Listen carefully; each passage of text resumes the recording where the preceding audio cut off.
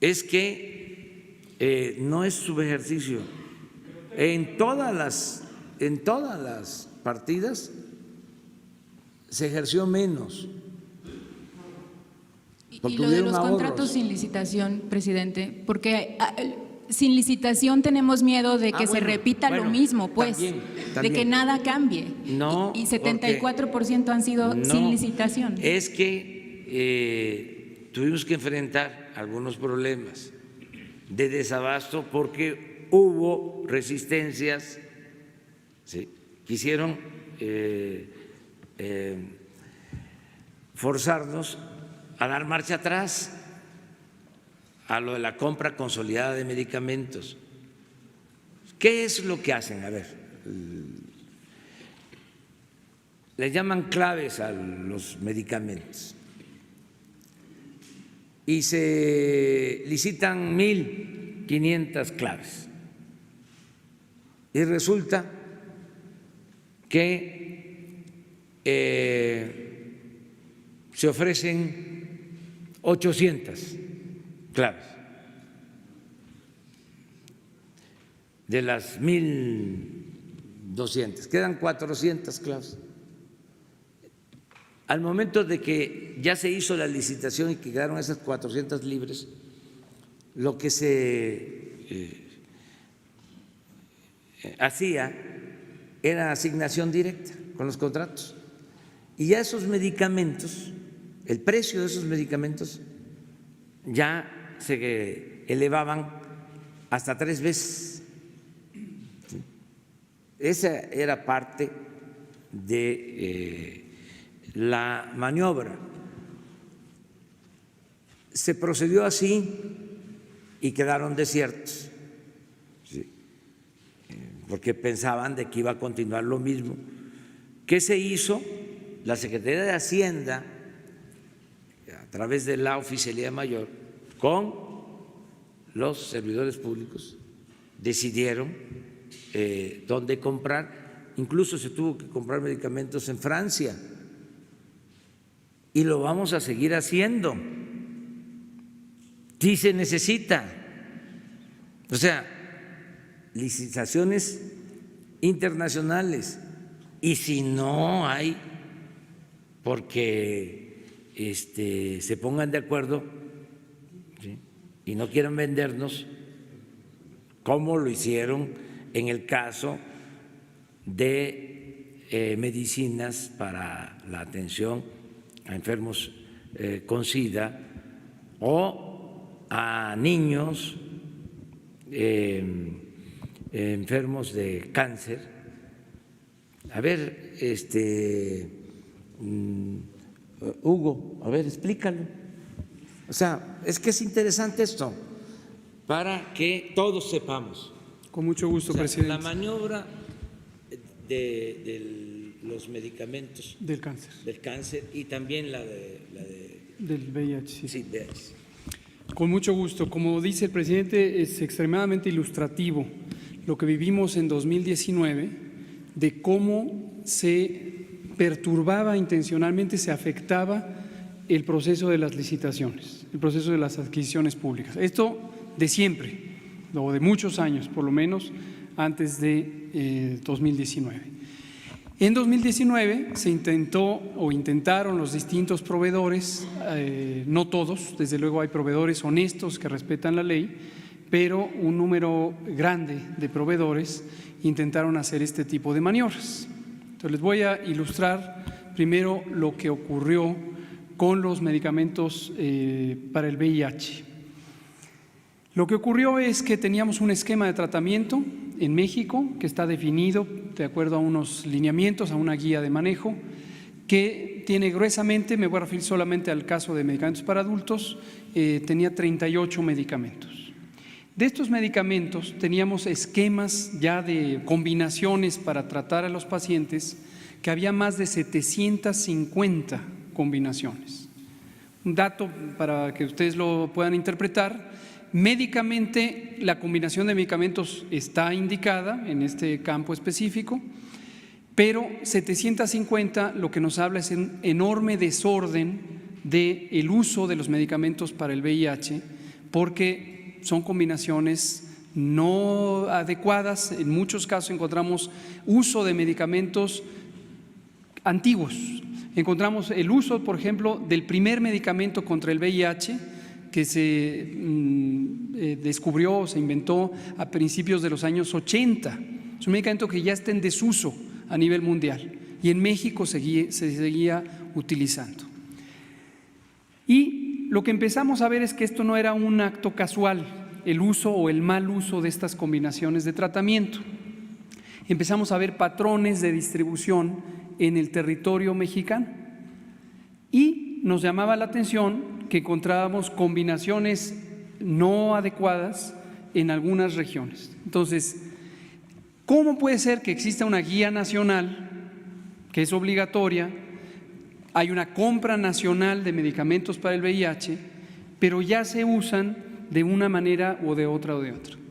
¿Qué encontramos ahí? Y esto es sumamente revelador, que existían presiones por parte de intermediarios de la industria farmacéutica, y aquí quiero recordar lo que dijimos a lo largo de 2019, descubrimos que una cosa eran las compañías que fabrican los medicamentos y otra muy importante, una concentración de pocas compañías que los distribuían. Ese fue un descubrimiento importantísimo, porque estas pocas compañías que los distribuían hacían la comercialización, la representación legal, etcétera, y tenían amarrados con convenios de exclusividad a las distintas compañías que fabrican los medicamentos. Bueno, pues estas compañías de distribución ejercían presiones hacia los médicos que recetan, las personas profesionales de la medicina, médicos que recetan directamente los medicamentos antirretrovirales para el VIH. Y eso explicaba por qué teníamos ciertos patrones donde aquí se prefiere esta combinación, acá se prefiere esta combinación, acá se prefiere esta combinación. Entonces, concluyo con este ejemplo porque a la hora de que se incorporaba la demanda, que se hacía la lista de cuántas cantidades se necesita de este medicamento o del otro, pues esto depende de la información que mandan los estados y en este ejemplo de los centros de atención para el VIH. Y a nivel nacional, que la compra siempre se ha hecho nacional, pues me decían, estado número 1 quiere tantas piezas de este, estado 2 tantas piezas de aquel otro, que no hacían sentido. Entonces lo que hicimos, y recordarán que esto lo anunciamos en mayo, fue que modificamos por completo el esquema de tratamiento de VIH en México. Logramos éxito en varias cosas que son muy ilustrativas de lo que después hicimos para todo lo demás, sobre todo los medicamentos caros. Primero definimos que queríamos los mejores medicamentos, los mejores, los más efectivos, los más seguros, los que creaban la menor resistencia a el virus. Segundo, identificamos cuántas personas, todo esto estoy hablando de población no asegurada, son casi 100,000 personas que viven con VIH sin seguridad social. ¿Cuántas personas podrían tener este esquema ideal de medicamentos contra el VIH? Y resultó que había muchísimos más de los que se estaba aprovechando. Entonces concentramos la demanda y dijimos todos al medicamento ideal o a la combinación ideal, todos. Desde luego médicamente uno se puede encontrar con que algunos pacientes tienen algunas condiciones de salud, insuficiencia renal, problemas del hígado, etcétera, que no permiten usar el mejor, pero permiten una combinación alternativa. Bueno, finalmente eso nos lleva a concentrar la demanda y poder negociar por volumen. Y entonces Oficialía Mayor de Hacienda dijo, antes me pedían 2,000 de esto, 2,000 de aquello, 3,000 de aquello, ahora estamos teniendo 60,000 del medicamento ideal. Y hay un competidor. Todo esto estamos hablando de medicamentos de patente, caros. Y hay un competidor. Hay otro que tiene un medicamento parecido, que compitan. Y logramos una reducción de 67% del costo original de este medicamento. Entonces, esto para ilustrar con VIH. Ahora, quiero ilustrar con lo de cáncer en niños, lo he mencionado en días recientes, porque ese es otro tipo de práctica aún más dañina. Aquí lo que estamos hablando es de un monopolio, de que una compañía concentra toda la capacidad de México para fabricar todas las medicinas contra el cáncer, o casi todas, incluido el Metrotexate.